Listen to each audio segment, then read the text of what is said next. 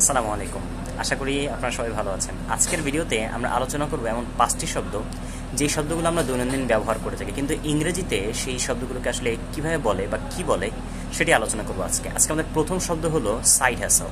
Side hassle বলতে বোঝাচ্ছে যে আপনার প্রধান কাজের পাশাপাশি অন্য অতিরিক্ত কোনো কাজ করা, যার দ্বারা আপনি অতিরিক্ত আয় করতে পারেন, সেটাকেই অ্যাকচুয়ালি সাইড হ্যাসেল বলা হয়।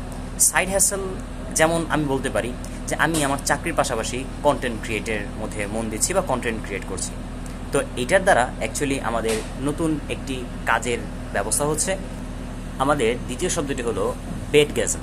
বেডগ্যাজম বলতে অ্যাকচুয়ালি কী বোঝাচ্ছে? বেডগ্যাজম হলো সেই অনুভূতি যখন আপনি দীর্ঘদিন কাজের পর আপনি যখন একটু বিশ্রাম নেওয়ার সময় পান এবং বিছানার মধ্যে শুয়ে পড়েন, সেই সময়ে যে আপনার অনুভূতি, এটাকে অ্যাকচুয়ালি বেডগ্যাজম বলা হয়।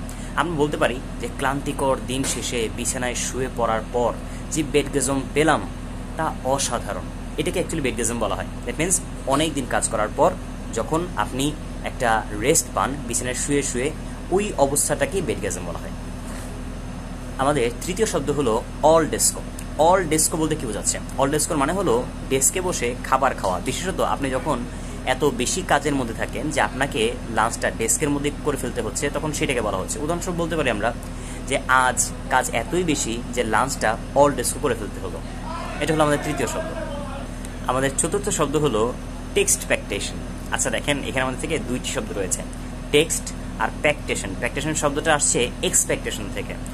যখন আপনি কাউকে কোনো রকমভাবে মেসেজ দিয়ে থাকেন, তখন ওই মেসেজ পাওয়ার আকাঙ্ক্ষা থেকে, এই আকাঙ্ক্ষা বা অনুভূতিটাকে টেক্সট প্যাকটেশন বলা হচ্ছে।